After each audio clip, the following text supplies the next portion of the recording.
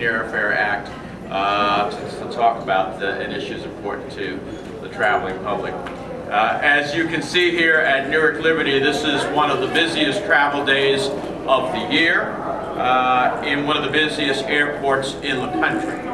And some of the families who are departing and arriving here today paid almost 60% more when they booked their ticket to fly this Thanksgiving weekend compared to last. And that's according to a recent analysis by farecompare.com and USA Today. Now, to fly around Christmas, some families will have to pay an additional 40% more this year.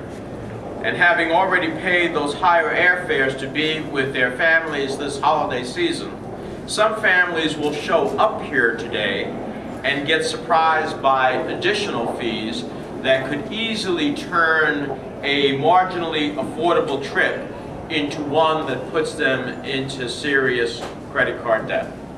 These days, it is simply impossible for people to make the best financial decision about traveling by looking at base airline fees alone. And this is an example of what happens when you don't look at the additional hidden fees that defeat the purpose of buying tickets online. They make it almost impossible to compare fares. At a time when families are watching every last penny, they should have a full understanding of what they're expected to pay, not just when they get to the airport, but to their final destination. So, since tomorrow is Thanksgiving, let's talk turkey for a minute.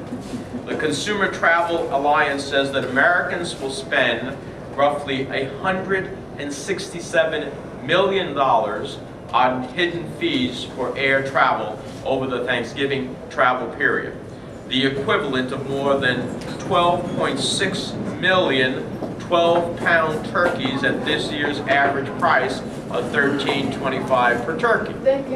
That's just too many turkeys, and the whole issue is too much of a turkey and too much of a high price for air travelers from hidden fees.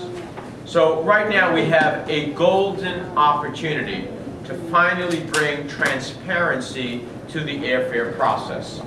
We need to protect every traveler who buys a ticket, assuming the price they see on the screen when they pull it up is the actual price they're going to pay, not just the opening bid before the airlines add on all of their hidden fees and charges. Put simply, we need to increase disclosure of hidden airline fees because more and more of these fees are being added every day. From baggage charges to fees for blankets and pillows, for fees for getting a seat on the plane. There's a whole set of categories that add significantly to your flight. And so we say full disclosure of all fees at the time of purchase will make the consumer empowered to have the information they need to make better informed air travel purchases. Now, the good news is that we're getting closer than ever to getting the type of hidden fee transparency that will help consumers protect their pocketbook.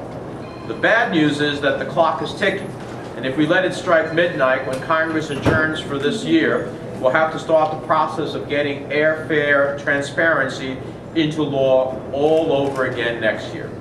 I'm specifically referring to my Clear Airfares Act, which I authored and have been working to pass into law. It would guarantee consumers a full, clear, and upfront breakdown of airfares at the time of purchase so consumers can compare apples to apples. And it holds all airlines to a higher standard when it comes to a consumer's right to know the real costs of air travel. This is the way the law works. Before a consumer purchases a ticket on the internet, legislation requires airlines and third-party websites to give consumers a complete and easily understandable breakdown of all fees and charges added to the actual airfare that might be occurring on the flight. Baggage fees, seat assignments, legroom fees, or any other charges that would add to the cost of flying. Now, there is a version of my legislation that has most of my legislation in it that has passed the United States Senate as part of the Federal Aviation Administration Bill, the reauthorization of the FAA. And once the Senate and House agree on the final version of the bill, we can quickly get it to the President's desk and sign into law. Unfortunately, there is some wrangling over a part of the bill that has nothing to do with this, and has been idling on the tarmac for months. It's about what slots get placed at what airports. And the entire air safety of the country, the whole issue of the FAA's reauthorization of using next generation technology to move our aircraft across the entire country, incredibly important to us in this New York, New Jersey metropolitan area that already has such a challenged airspace as it is. This legislation would be incredibly important for air travelers, not only in terms of making sure that we have less delays and are moved more effectively, efficiently, and safely, but at the same time more transparent for consumers as they book their passages. But if it doesn't pass before the session of Congress ends this coming month, we have to start all over again next year. One other glimmer of hope is that the U.S. Department of Transportation has acknowledged the unfairness of airline hidden fees and is working to make new rules related to it. I wrote a letter signed by several of my Senate colleagues asking Secretary LaHood to include disclosure of fees on airline tickets, as well as facilitating the disclosure by requiring the sharing of fee information by air carriers to travel agents and online travel companies. So even if the FAA reauthorization continues to get bogged down, I hold hope that the administration will address the issue by rule this spring. Today, one of the busiest air travel days of the year, I just want to make the case for every consumer's right to demand transparency from the airlines, and I want to call on my colleagues in the Congress to finalize the FAA reauthorization legislation that includes the clear airfares legislation.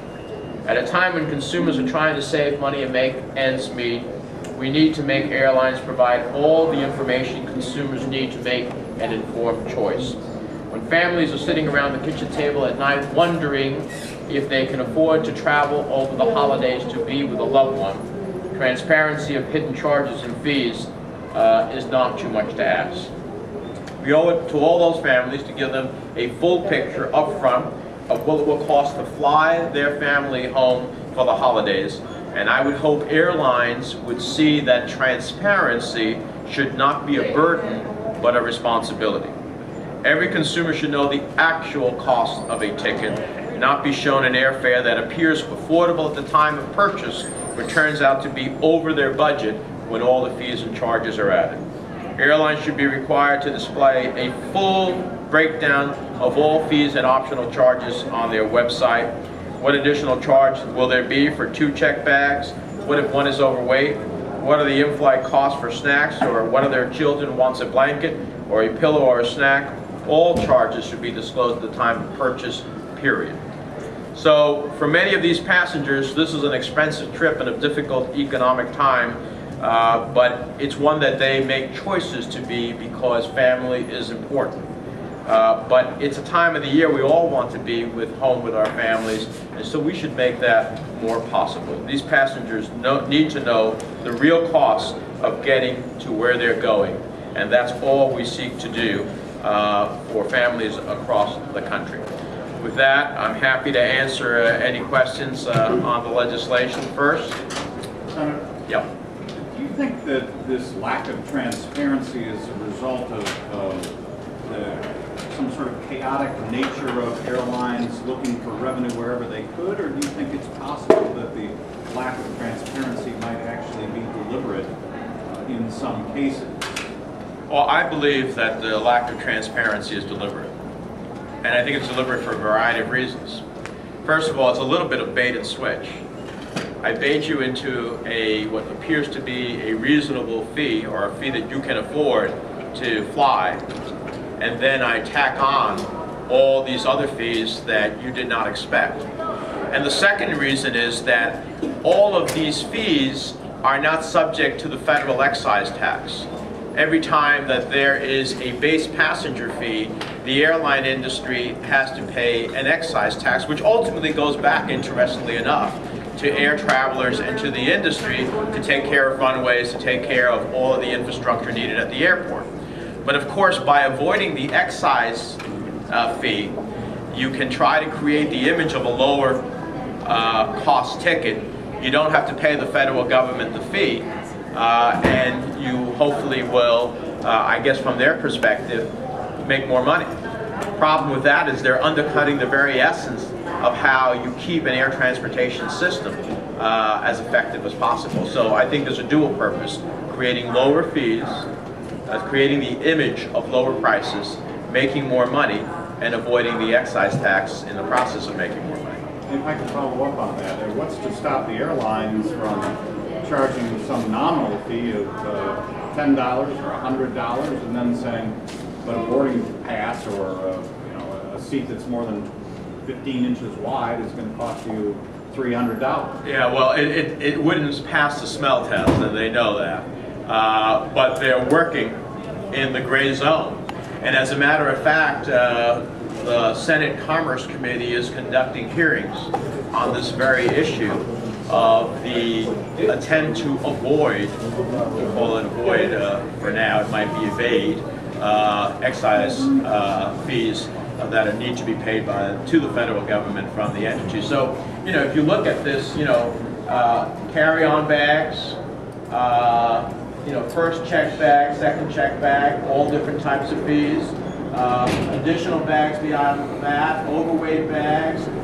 There's a whole other set of fees over here, from blankets and pillows. You have your kid, and you want to give him a blanket. You bring your own blanket on board, so you can avoid paying 15 bucks in some case, $12 in others. In-flight food fees, premium seat perks, seat selection, pets, unaccompanied minors, booking fees, ticket change fees. So this is the whole universe of what you don't see when you go online. You see $400 to go from A to B, and then it ends up being pumped up, $550 by the time you add the fees.